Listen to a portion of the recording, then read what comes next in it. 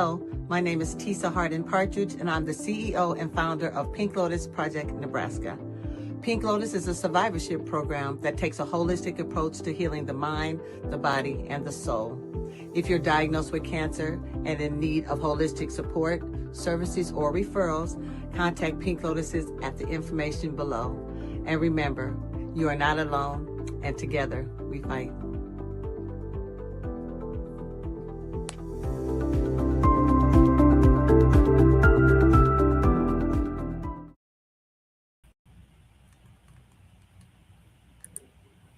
All right.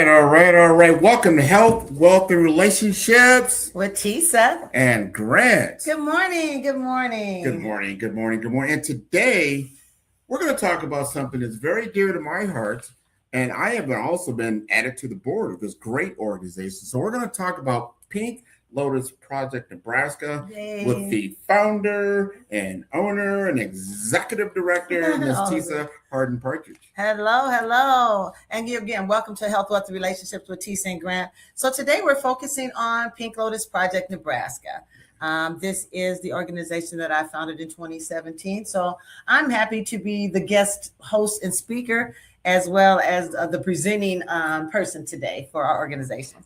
Yes, Grant has just been added to our board, and we had a couple other new board members. So welcome to Pink Lotus Project Nebraska officially.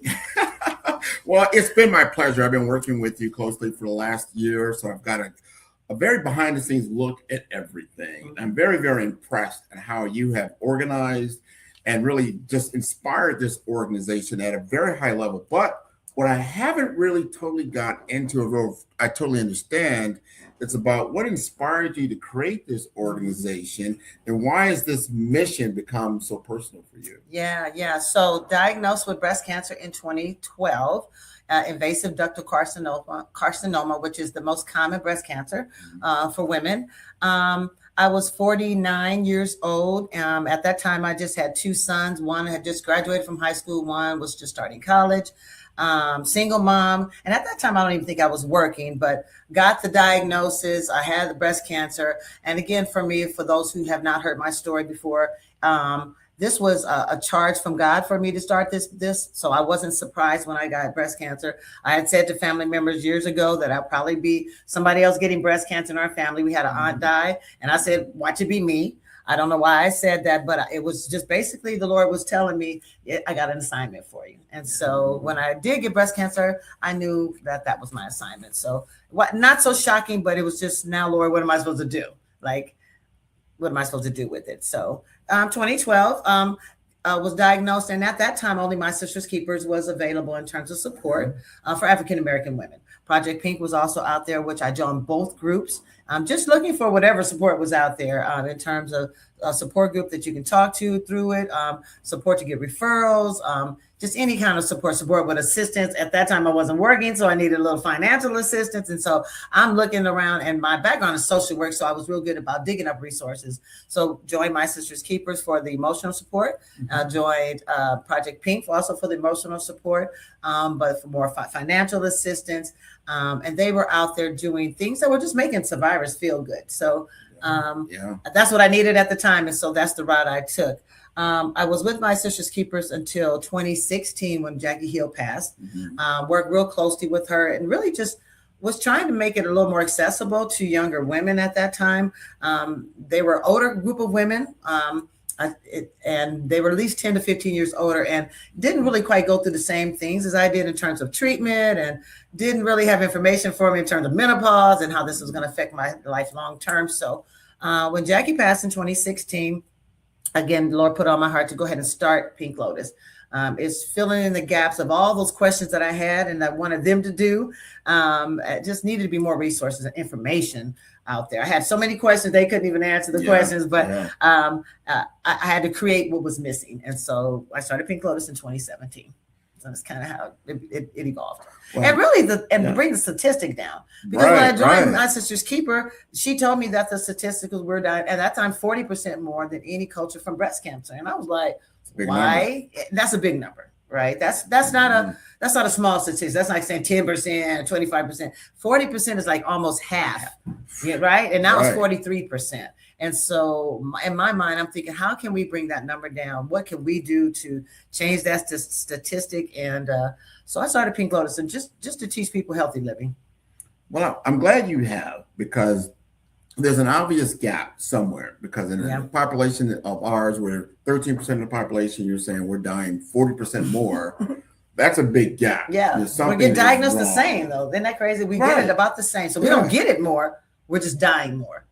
What's wrong with that? Let that sink in. We ain't getting it more. Right. We're dying. We're dying more. They're surviving, basically. We're not surviving this disease. So, Pink Lotus is about prevention and really just learning how can we survive? How can we survive more healthy? And we already know Black people bleed in all disparities, and we just don't have a healthy lifestyle, healthy ways of living. And so we're just here to introduce holistic living to people, and just mind, body, and spirit, taking care of the total person. Well, you've taken this on as a passion, and you've taken. I mean, you are the cheerleader behind. Like, look, we're going to change this number specifically right here in the Omaha area and expand hopefully across the nation, because this is a nationwide statistics. So it's not just in Omaha that it's happening, but it's a big problem. Now you've got some programs that you have that I think are very unique to what you do. You've evolved over the years. I'm going to play a short clip. Then I want you to just walk us through some of these programs that you have at Pink Lotus. Sure.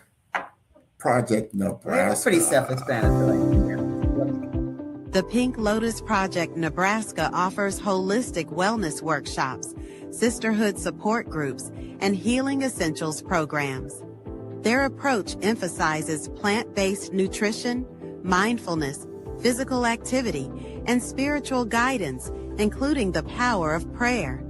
Through education, community connection, and culturally relevant care, they empower women to face breast cancer with resilience and hope.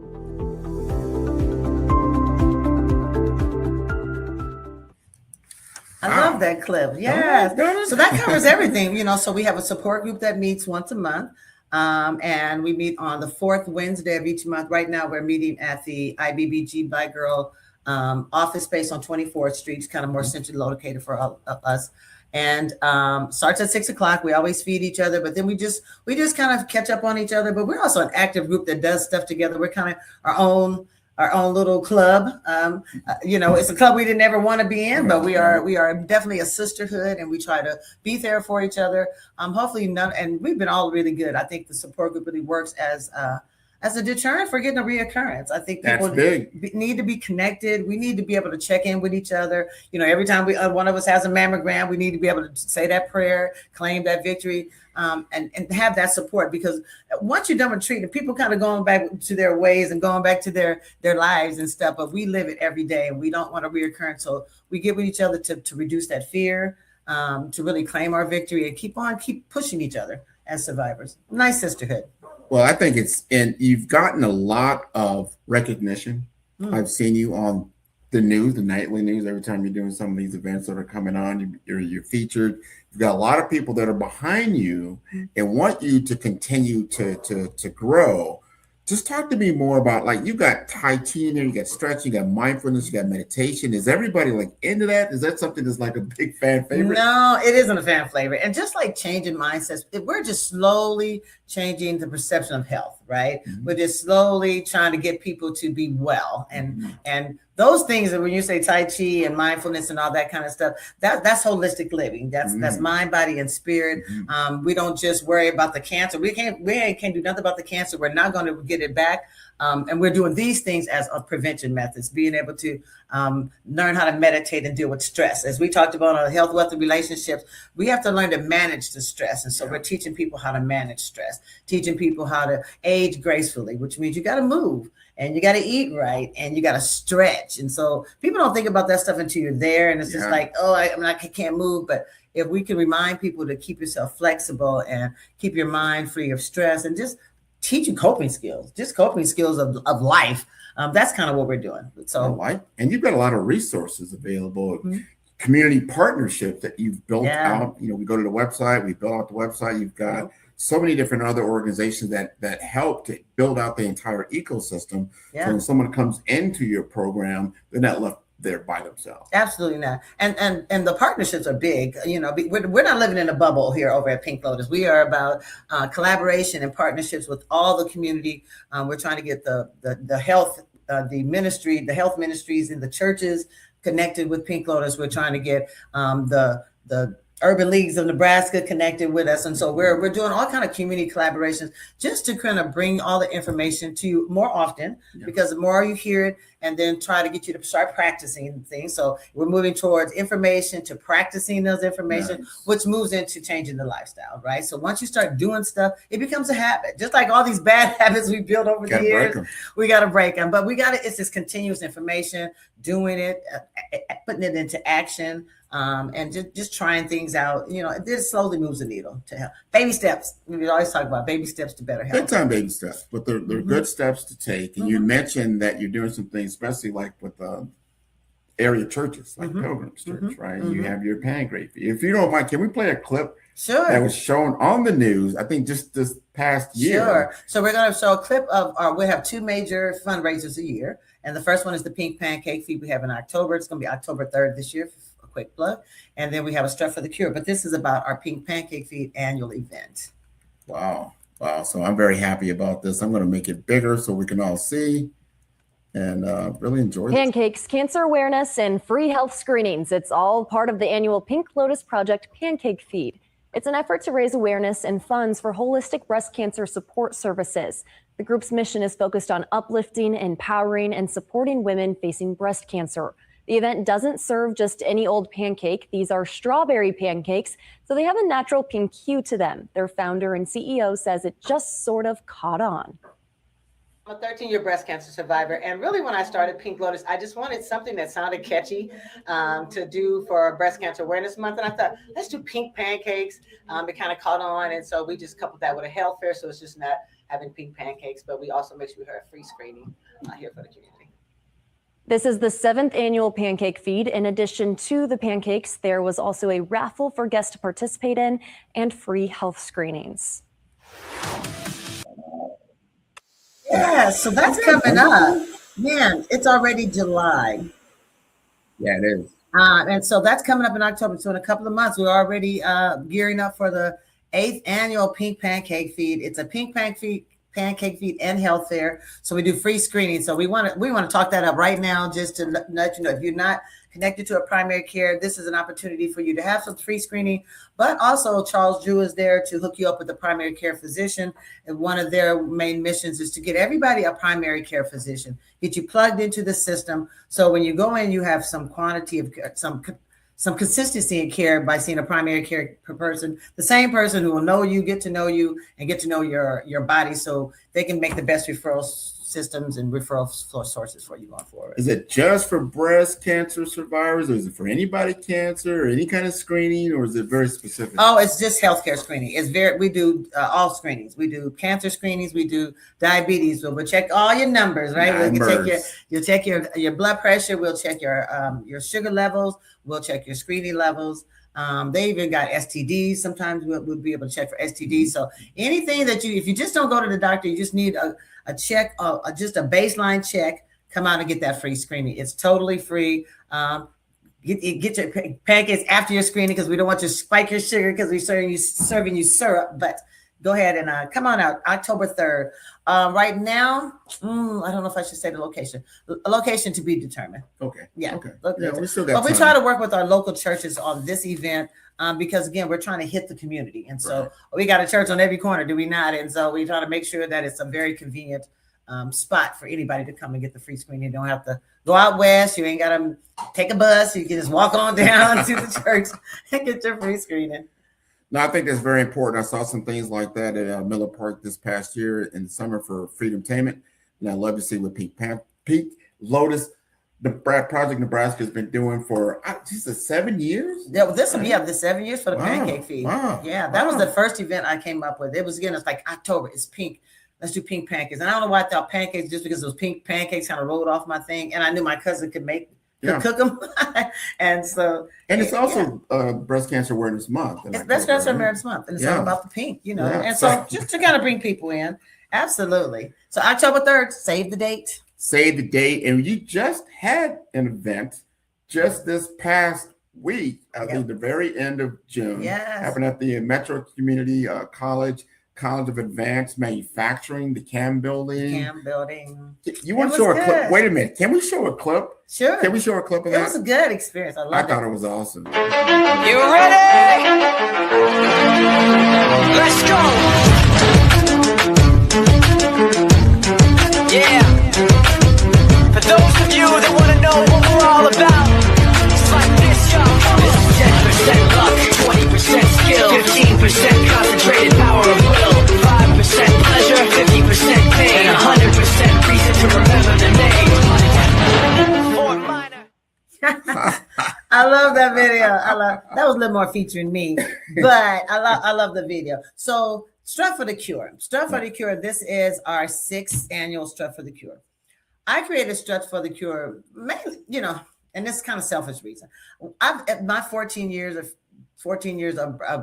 being breast cancer free, I've lost a lot of people. We've lost maybe 10 women in the 9 years we've been. It's almost like a woman a year. We lose somebody a year, and that's kind of heartbreaking. It's it just reminds me of the statistic that we're dying, right? So I created the Strut for the Cure for one, to celebrate life. It was just a celebration of life. I said, I have to balance all these passings. Grief is real, right? Yes, Grief it's really, it takes a toll on your soul. And so I had to start balancing out, losing all these women every year. It's like, okay, I got to do something to celebrate the life, celebrate the ones that are here, keep me going and motivated to stay alive and to keep pushing others. And so I used to participate in the Omaha Fashion Week, and they had a survivors night. And I don't think I've told this story too, but they had a survivors night back in the day where one day all kind of cancer survivors got to get pampered. We got our face done, hair done, and you got to walk the runway at Omaha Design Center. That's the first place. Love that place. We're going to try to step up to that. But Omaha Design Center, you just walk back and forth. They give you a rose. You walk back and forth again. It wasn't nothing. We didn't say nothing. We didn't do nothing. We just waved. Breast cancer survivors, yeah, and we just got like our 2 seconds of fame. Right. That made us feel so good, even though we took all day to get prepped for like literally 5 minutes. We walked and got a flyer and we walked back. But it was just to say, here are survivors. They are alive. They are still encouraged. Trying to encourage the community to stay alive. So it made an impression on me. And so about 3 years ago, they stopped doing it, and I was like, what? Well, no 3 seconds of fame. No, really celebrating survivorship. And so I don't know what happened to it, but it's gone. And so before they even gone, I just piggybacked off of it and started the Strut. And I opened it up again to all cancer survivors, which our mission has also opened up to. So even before our mission had opened up to, I had already started opening up this particular event because all cancer survivors need to celebrate their survivorship. They need to celebrate still being here and doing things and really patting yourself on the back, because for me, is doing what I need to do to stay alive and to stay cancer free. Yeah. So it's like, good for me. I'm still alive. I'm still here. And I want all survivors to feel that and continue to fight the fight, because it ain't over till it's over. We don't ever want to get it back. And we don't want to be that statistic that says, it came back and it came back with a vengeance. You always hear about somebody having cancer at one point and it coming back with a vengeance. We are trying not to be those people. And so I'm trying to encourage survivors and keep them alive. And so they get the biggest thrill out of this show. And so if I can continue to encourage them, then I'm going to continue to have this show. It's good for the community too. Yeah, anybody who's going through treatment or anybody who's been through it really understands where we're at. But it's always open to survivors to come and celebrate your victory. I have seen it where you've got family members, they're coming out because it affects not just the individual with cancer, but your entire community or your family, people that you hang around with, and they all came out. It was just really, really good. To your point, it's just you just bring them to a higher level, higher level of elevation. Another big shout out to one of our big partners there was the Rib Shack, and he just had Malcolm Robbins, told his story. I was hearing it in the back, but he has a story. Right. And we're a survivorship organization. So he is a survivor. His was a heart disease. But, we talk about that on Health, Wealth, Relationship.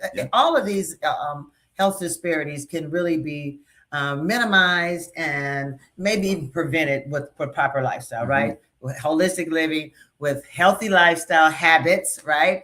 And so as much as he had a heart condition, sometimes you're born with heart conditions, but sometimes I think if we talk to Malcolm, he might say that maybe his lifestyle, might have contributed to the heart disease. You never know, because you could definitely do some things in your lifestyle. Make changes. But what I got out of his story was his story of resilience. Yeah. He had the will. He was told by the physicians, the clinicians, telling him, like, you know what, Malcolm, you might as well just pack it in.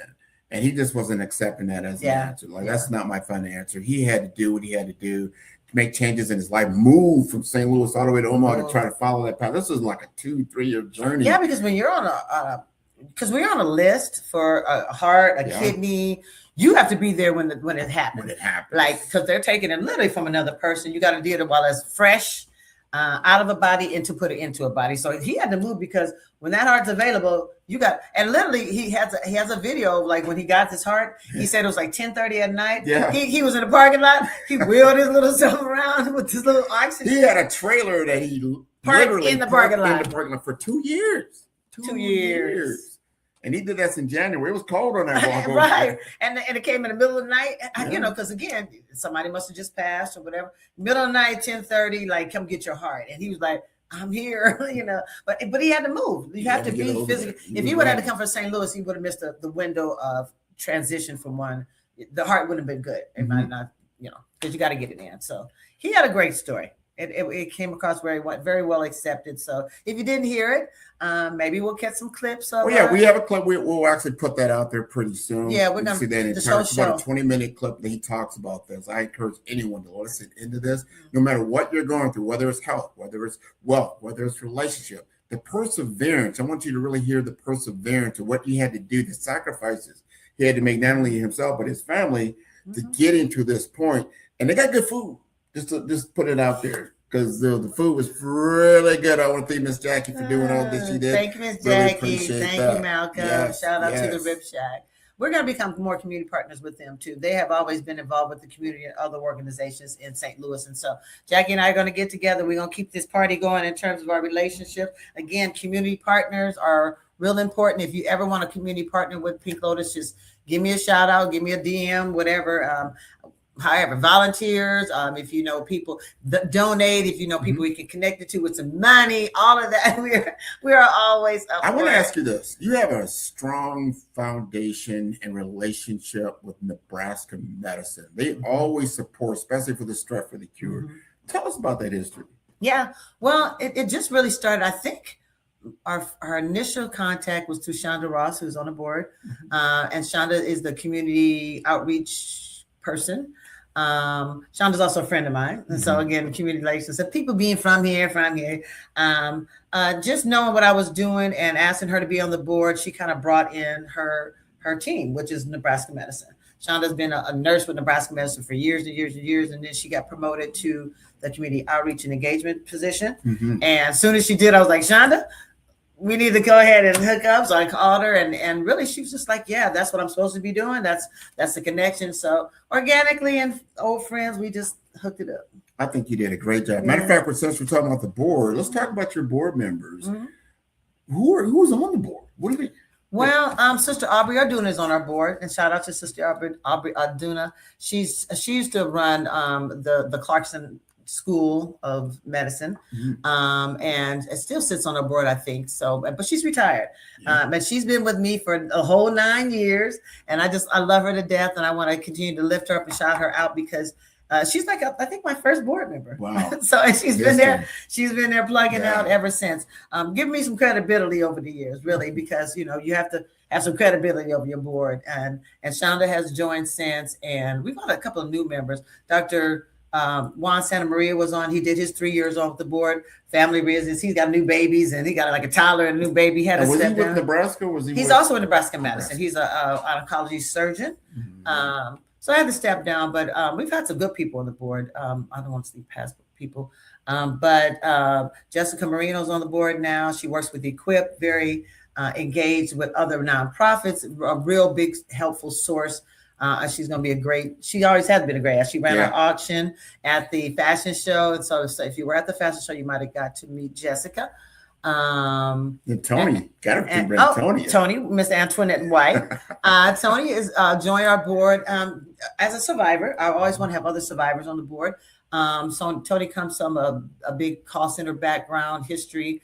But she's retiring now too and stepping into more important roles of Pink Lotus. Currently, just running the support group, making sure that our topics are hit. You know, that whole piece is a whole beast in itself, and so that's one of our main programs is our support groups. And so she's over the support group now. And filling in as a secretary on the board. And you've had Dewan on your board, and she had also a history with Malcolm as well. She did. Yeah, Dewan's one of our advisors. She's on our advisory team now. So yeah, and she helped Malcolm. Me and Dewan both met in the social work field. I was with CPS at the time, and so Dewan was a family support worker, and so we met back in the day, and we have been besties ever since. But she has that social work background as well, so she did help Malcolm get clicked in. And then we're adding Marilyn Sims. So Marilyn Sims is another friend of ours from childhood. We went to elementary school with her or whatever. A class of 81, shout out. We were in Jamaica and then organically started talking about the organization. And she's looking for somebody to help because she's going to be helping us. And, and we welcome Marilyn Sims onto our board as our newest member. Now, and I want to say I joined the board just recently. However, I've been working with the organization for a little bit, and I was able to bring in the relationship with CHI, which we've learned so much more about what they have for mental health. They had big oncology program. Matter of fact, you were doing some of your services there, right? Yeah, I got my oncologist, all of my treatment at CHI at the time. But at the time, they were all together under an Allegiant umbrella. They have since split. And so we're trying to get back, although we with CHI and their main focus is mental health, we are trying to get back in now that they've split to the oncology department. So we're trying to kind of rebuild that relationship. We're going to have a big shout out to Anthony Ashby for all that he does. And his second time that they've stepped up and become a sponsor for the Stretch for the Cure. We really encourage that. We encourage all healthcare organizations, whether you're a provider, you could also be a medical device firm, you could be anything included within that whole oncology realm. And we want to see this grow and really step up. Now, you've got a vision that you've been talking about for a significant amount of time that I think we really need to hone in on. Yeah, we're more than a support group. We're an organization, right? So we're about holistic living and really teaching the community. Yes, our support group's focusing on the individual cancer survivors, and we love that connection that we have. But in order to spread holistic living to the community, the vision is to open up a holistic house of healing. I need a one-stop shop where, first of all cancer survivors can come to for support. Like instead of just a website, they can physically come in and say, I just got diagnosed. What do y'all offer? What are y'all about? Because it's a shock and people want to know right away, what do I do? Right. And so we've got a presentation here that you can walk us through. Sure. That to help us explain what this whole vision is about. So the Holistic House of Healing.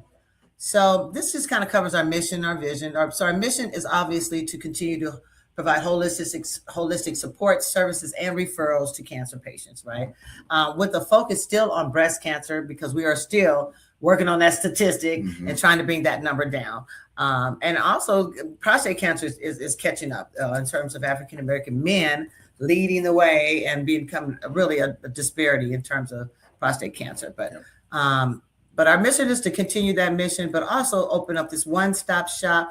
This is my vision that I had in my head of the Holistic House of Healing. It was called a Pink Palace at one point, but old school. I don't want it to look clinical. I want it to be a house. So when you walk into this house, there's a whole vibe in terms of wellness, and it's going to smell good, and there's going to be sounds of nature. It's going to be some very holistic sounds going on. So all of your senses will be just automatically. So as soon as you walk up to our porch, it's going to be very welcoming. It's going to have plants all over the place. It's going to be like, oh, I want to come in there.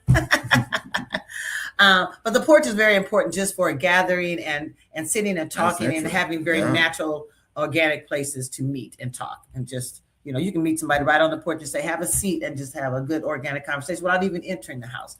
But when you enter the house, you're going to notice a very Zen-like entrance. Everything is Zen, everything's balanced, everything is feng shui, everything is all in balance. So life is about balance. It's about moderation and balance. And so you'll notice that right away. This house is going to have, an office space for me. We want you to be able to come in this house and set a wellness plan.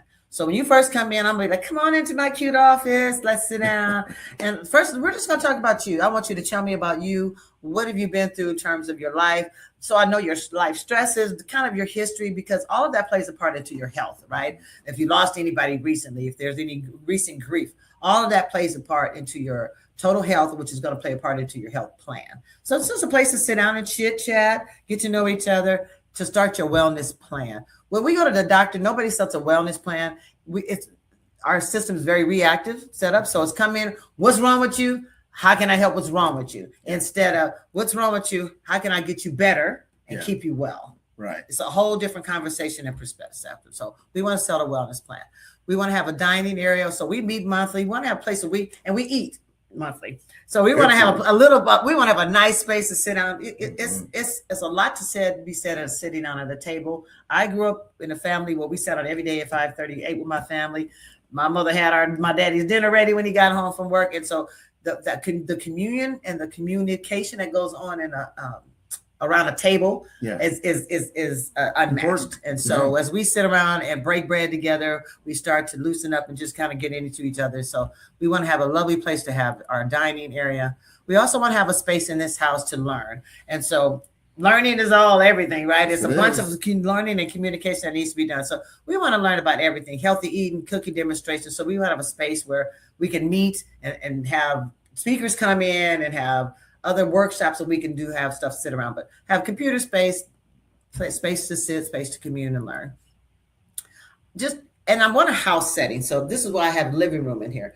The last thing we want to do as cancer patients is come back into a clinical setting. Right. We go to the doctor, even when we go to that once a year visit at oncology, we got to get our boobs matched. We got to get our mammograms. And we're scared. And it's very clinical and very this is where I got my news that I had cancer. And so all of those memories are attached to a clinical type setting. I want my house to be a holistic house of healing. And so you're going to feel like at home. You're going to feel like grabbing a pillow, sitting on the floor. Let's get into this conversation. If you just got diagnosed, I'm going to be come on here. You're going to be get like the old school, sit on the couch, lay back. Relax. Oh my God, I just got diagnosed. But just the whole vibe is going to be very welcoming, very open, and comfortable. We want to be comfortable. We're also going to have a meditation room or a prayer room.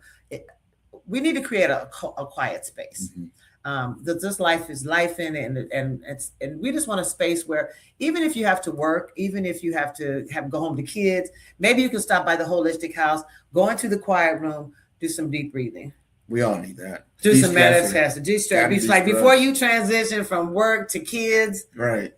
Get your woosah on. So really, it's a break. And it's in a practice. Mm-hmm. Before you go from one stress to the next, de-stress from this, build up for this. And it's a transition. That's about getting your strength right. Yeah. And at night, again, practice that again let it go at night so you can sleep well. So a quiet room, a meditation room is always going to be necessary. This is journaling. Yeah. So a bedroom. Yeah.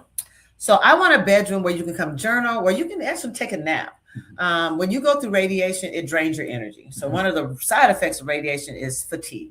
And so I wanted to create a space. Again, if you just got out of radiation treatment, you're already tired. You already had your fourth shot for the week because it builds as you get a shot. So when you take radiation, you take it every day, 5 days a week. Okay. Then you take the weekends off. But every day you're going for a 15-minute shot of radiation, 15-minute shot of radiation to that source. But as it's shooting you, it drains you. Mm-hmm. And so like day 2 or 3, you might be like, I ain't even got no energy to go to work. So a space to come and take a nap is truly needed. It is. It's like you can take the nap room we'll have it checked out or whatever. Or if you just need a quiet space and your brain can't shut off, you need a quiet place to journal. It's going to be a desk in there. Right here is like somewhere you can journal, take a nap, just kind of center yourself before you need to move on to the next day. But even if you need to do that every day, it's a space.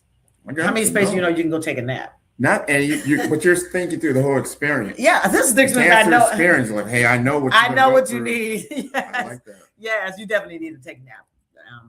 And a salon. So obviously, when you have breast cancer, we're talking about our girls, right? Mm-hmm. We're talking about imaging. We're talking about losing your hair through chemo. So it's a real mind fuck. I don't know how I'm supposed to say that. In terms of your self-esteem. Mindset. In terms of how do you feel about yourself? How's my family going to feel about it? How's my spouse going to treat me if I don't have my breast? If I'm going through these surgery, if I don't feel cute, if I don't feel pretty, if I don't want to have sex, if if he's not feeling my bald head, if the fatigue of the radiation has got me feeling like I don't want you to touch me, like how is all this going to affect? It all affects your mindset and how you feel about yourself. So we want to, again, have an imaging center. First of all, we can look at ourselves and say, we got to accept our bodies, breasts on, breasts off. Some of us don't keep our breasts. Some of us have double mastectomies. And so, again, it's an acceptance of a whole new body. And so we want to have an imaging center. We can have mirrors everywhere. You can talk to yourself. You can get your hair did. You can get your makeup did. You can try on some prosthesis if you need to. Yeah. You can try on different bras that'll make you feel whole. And so very intimate space, but a very needed space for a cancer survivor. When it's breast cancer, it's more than your hair, right? It's our breasts. And so, again, a very intimate space. We can talk about it. We can talk about having one boob or having no boobs or all of that. Again, those are very safe space to make that happen. Yes, and to make you feel beautiful. So we want to be able to make you up and look at that. Massage is so important. It's really important to anybody, right? As a way of de-stressing, massage is really key in my life. I make sure it's a weekly thing. If you can afford a weekly massage, monthly massage, bi-weekly massage, put that into your budget. Like health, wealth, and relationship. It's part of your wealth. Your health is your wealth. Massages are so important, especially for cancer patients, because we get a lot of things cut, right? So in terms of getting our bodies cut on, and they take out lymph nodes, and all of those things detach your blood flow. And so massage is a good way to kind of activate the blood and keep it flowing in the right direction. Some people get lymphedema, and so they have to be taught how to massage the arm. Have you ever seen cancer patients run around with real swollen arms? I've seen it. Right. Yep. And so we give them a lymphedema sleeve, and sometimes they have to wear sleeves, a compression sleeve. But massage will help with that, and they'll teach them how to do lymphedema, sort of drain it so they don't have the swelling as much, but also just keeps that blood flowing all the right directions, because there's a disconnect when you have to get lymph nodes taken out and your breast cut off and all that kind of stuff. There's blood flow disconnection. So massage is real important. So we want to have a massage room. Every room has a purpose. Workout room. You have to be able to get used to your new normal. You're not going to be the same after your treatment. You're just not. After your surgeries, you're just not. Your body's going to physically change, but your mind you're not that person anymore. Right. Hopefully, you're learning good habits for the second round and the last round, post-cancer, post-treatment. And so a workout room is necessary. As you get older, it's necessary. We need to continue to tone. Eat right and move, right? You gotta have the move part. Yoga, here's what that Tai Chi is going to be happening. The yoga that's going to be happening, those meditations, all that. We have to have space for that, right? So where we can spread out and kickbox if you opt for it. But pretty much we on that Tai Chi, that yoga level, stretching, So we got to have a room for that. So we got to have a space for that. It's going to be pink and cute. Of course, the toning piece, that's going to be all a part of it. I was just going to show how we can have pink weights. We're going to have some pink machines. We might have some multicolored machines, because I know guys are going to be like, we don't want to work out in the pink room or whatever. We got black, right? So black weight. Yeah, but because, what is 24-hour fitness? It's purple? I think so. Or Planet Fitness. Everybody has a Planet Fitness green, is purple. Some purple. Yeah, so pink will be okay. Y'all be all right. Yeah. That's going to be good. The back side of the room. So you come in, you're going to hit our porch. A sunroom is real important. So I grew up with old school with a sunroom and just the vitamin D of a sunroom, being able somewhere to sit in the sun. Even if you can't walk in the sun, even you can whatever, you can go sit on the porch, catch you some rays, have some therapy, talk to your sisters, talk to people. But just sitting in the sun and just getting some natural vitamin D is important for everybody. But we're definitely gonna have that. I had one space. Of those down in Florida. Yeah, a sunroom. Yeah. I called it my McGaw's Fish Camp. So everybody, where's McGaw's Fish Camp? That was my man cave. Your man cave. It was a sunroom in Florida, and it was a beautiful place, and it had nothing but good feelings and a lot of good vibes going on. Good vibes. Right. Good vibes. Kind of your sunroom, you kind of had this, a place where you can sit outside and grill. We want to be able to sit outside. And, So this is connected to the back porch, but a sitting space for just being outdoors. I'm a big on outdoors and fresh air. And so where's the hot tub? And don't even talk about that. It's way back over here. No, we might have to get a hot tub. We gotta get a hot tub. We gotta get a hot tub in there. And then again, the Zen garden. So in the back, of space to walk through, a space to pray, a space to just be by yourself, but outside amongst the leaves and the trees and the birds and the tree. All of that is very mentally helpful. So that is pretty much the. I want to thank you for walking us through your vision, because you've thought this all the way through from the front porch to the back, and was exactly what all these rooms are for. Yeah.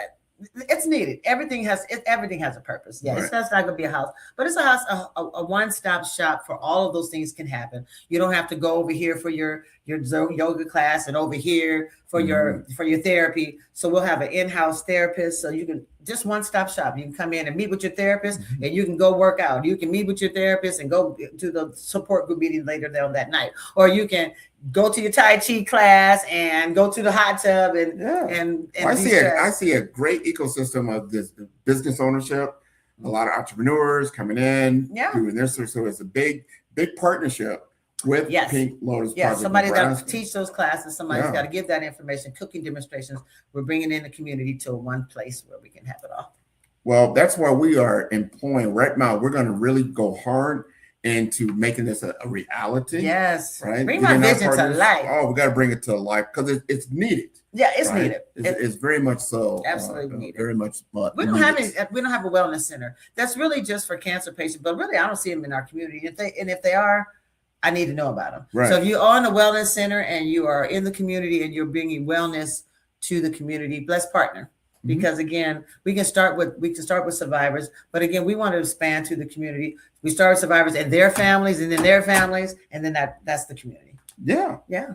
Well, I think you to your point, you bring it all together. There's a lot of disparate, systems, whether it's a yoga over here or massage. Everybody's everywhere. Here, spread out. And then you're riding all over the place. And transportation becomes a problem but transportation's a problem anyway. I got one spot. I can go to this house.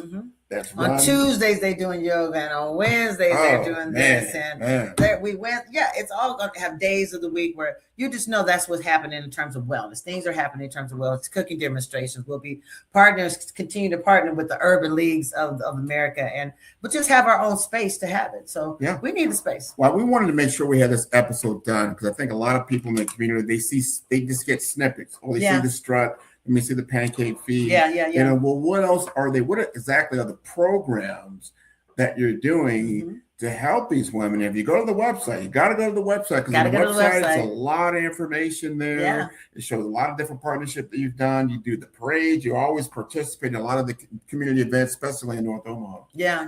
We got to get out to the parade. This is how we reach people. We're about outreach, and so we get out and do 400 bags. And we missed this year, but we got those bags out, y'all. We got y'all was somewhere and you got a little bag for Pink Lotus. We made sure we were just in the mix of where people are. And that's what it's all about. Just getting out into the community. Yes, I'm hoping that this did kind of give more information to what is Pink Lotus? What do you do? This is who we are. This is why what we it's do. Important. And where we're going. And where we're going. The vision is there. The Holistic House of Healing has been, we've been speaking on it. Now we need to make it happen. Well, you showed me a very good location. I think it was up off of, what's that on 108? There's a beautiful house.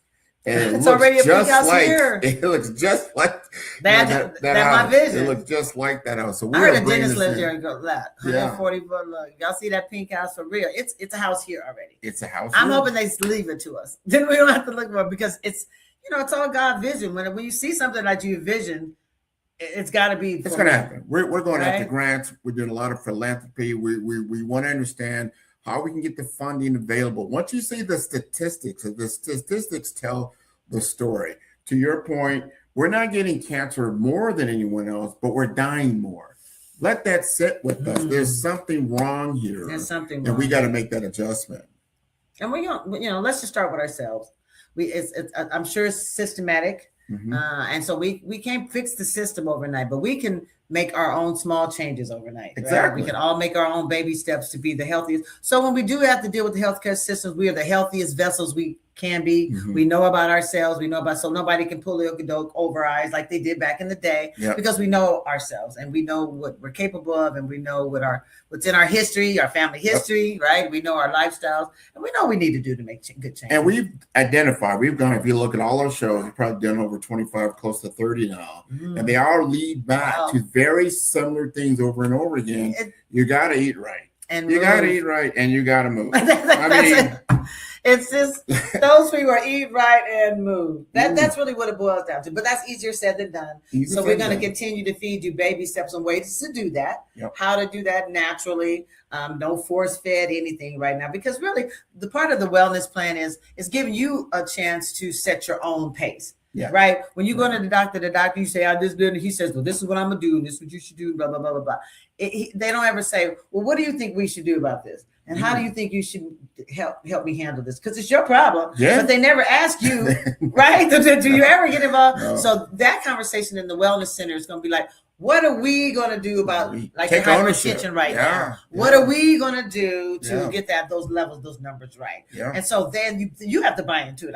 It ain't me. Just like giving you an assignment. The guest we had on last week, we talked about the problem, but she had solutions. Yeah. Yeah. And you know what? If you can measure, you get your own monitoring going on, you can see where your numbers are. Yeah. And you know when the numbers are off and you need to go ahead and take that next step. But we've got to get involved in our own personal care. Absolutely. Sure. And that starts with a primary care. So this is a personal thing. My son just contacted me. He didn't make the show. He had a medical problem. My son is 35, male. Should I just say that? I asked my son, when's the last time you've been to the doctor? He said, kind of around COVID time. I said, get your ass to the doctor. Right. And to my point, he didn't have a primary care. So COVID was COVID. COVID was a whole different time, right? Yeah. COVID, people couldn't see the doctor. If you did, it was 5 months later. Even after COVID, it was people were just now getting back into the doctor. Overrun. So he's past that. He now has health insurance. So now I'm going to help him pick a primary. First things first, he needs to get into the doctor, but he needs to pick a primary care. So when I leave here, I'm going to help my son pick a primary care, and then he's going to get into the doctor. But I want him to get into having his yearly visits because 5 years, that's too long. It's way too long. That's too long. COVID, that was anything can develop. A lot of these cancers, the one that they develop, sometimes they can develop very quickly. In months. So we're getting him a primary. So get a primary care. And if you don't have a primary care, contact us. We are working with Charles Drew to get everybody hooked up with a primary care person. And if you don't want to go to Charles Drew, we're, like you said, me in Nebraska Medicine. You can go to UNMC, whatever's really closest to you. We'll get you hooked up with a primary care. But that's a first step to your own taking your own. Well, just like we did, or they did, if you weren't there at Strep for the Cure, we need to give her flowers because she's been doing this for 9 years, going on 10 years in 2027. And if it wasn't for her, this is her own advocacy. No one's paying her to do this, right? She's like, look, I see this problem. She's gone through it herself. She's lived this experience. She sees the gap. And she's been out there just with a blowhorn saying, hey, we need to eat right and move, right? And it's a call to action, right? It's a call to action. I want people to care about us dying. Yeah. The impression I'm getting is nobody really cares. And so as much as I can, we are dying out here. I want it to be a call to action, call to say, look, let's do something about this. Let's do something about this statistic. Partner with me. Let's figure it out. Let's provide programs that are proactive and preventative. So we don't even have to deal with the cancer. And pull all our clinical world together because it's a community. It's a community. It's not one person owns that problem.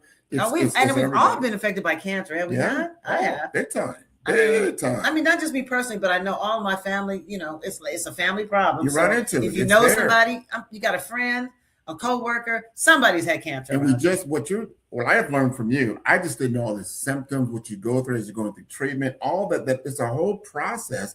And then when you're done with that process, the prevention, so you don't get it again. When you hear people like, I'm 29 years out, like we heard. That's the work, right? And that's the work. The work. So like you said, you always hear people getting a reoccurrence. Those people who probably go back to their same lifestyles, probably like, I got over the cold, because it's not a cold. But when you get over cancer, it's a life-changing experience. It's not, you cannot go backwards. You have to only go forward. So if you get your mind right and start thinking better and start thinking, we learned a lot going through that journey, right? And so when you know better, you do better. You do better. And it's a very good thing. I want you to leave us with your goals. How you want to see this? If our goal is to help people live healthier, fuller lives, what do you believe about this? Well, I think my goal is to just build a healthier community. The bottom line about my goal, even to open up the pink Palace or the Holistic House of Healing is to build a healthier community. Yes, I'm a breast cancer survivor, but I want you to be a prostate cancer survivor. And I want you to be a heart attack survivor like Malcolm. I want us all to survive. But in order to survive, we got to do a little bit better and living better, living more well, and getting rid of some of those things that we know that are killing us. The fast foods, the processed foods, the sedentary lifestyles, the alcohol, the overextension, bad habits, cigarettes, all of those things we know. So we got to know and we got to do better. And this is an opportunity where we have health, wealth, and relationships, so you can get the education, get an understanding how it looks from the ground up. We're the grassroots people, right? Telling our story from where we're at. My brother had lymphoma cancer. He was a survivor of that. He unfortunately passed from something different. But just understanding what that journey is like is not for the faint of heart. No. So we would like to prevent that for anybody that's going through that. Prevention is a big thing. So we want to build a culture of prevention, culture of prevention, education, proactivity. Just get a healthy mindset. We want people to put health as their priority because your health is your wealth. And so that should be number one. What is it? Health. Well, God, health. This should be top 3, top 4, because you can't do nothing without your health. So, can't do anything. So it can't be job. It can't, even family. You have to be there around for your family. Yep. So it should be God, self and health, family. You got to get it and all. The rest of That's why we understand that health is that big one, because without health, you have no wealth, and you will definitely not have any relationships. If you ain't here, you ain't got no relationship. No. That's it. No. But we'll make sure you go to the website. Tell them when to get to the website. www.pinklotusprojectne.org is our website. You can hit us on the same Gmail, pinklotusproject.ene@gmail. Pink Lotus Project NE is all of our email website. Go to the website. It's very informative. They keep you updated on all we're doing and give you an opportunity to donate. No amount is too small. No amount is too small. You got to do that. Remember, she has a huge following on Facebook. A lot of people follow her on Facebook. They look for her daily tips and her 3 simple tips that she does almost on a daily basis. She gets it out there. So she's living her path. She's not just talking about it. I think that's very nice. And keep tuning in to Health, Wealth, and Relationships every Thursday, 10 a.m. 10 a.m. We will be back. So peace out. Enjoy the 4th of July. 4th of July. 250 we years. already did our Juneteenth, but we'll go ahead and celebrate again. Oh, yeah. Let's do some firecrackers. Get some deuces to that. All right. Imagine waking up with more energy, a peaceful mind, and relationships that grow stronger every day. That is the vision Tisa Harden and Grant McGaw want to help you achieve, and it all starts with simple, practical steps you can take this week. On Health, Wealth, and Relationships, every episode brings you real stories and trusted experts. Tisa and Grant focus on 3 tactical steps each week. Small, doable moves that protect your health, grow your savings, and bring you closer to the people you love. No complicated rules, just real progress. Try a clinic-to-kitchen swap to boost your energy. Start a money buffer habit that quietly builds your financial confidence. Or try a 1-minute exercise that helps you reconnect with your partner. These quick wins are not chores. They are steps toward a better life. People who try just one intentional step report more energy, less money stress, and evenings full of laughter again. Join Tisa and Grant. Start small. Live bigger. Tune in every Thursday at 10 a.m. on Facebook, LinkedIn, and YouTube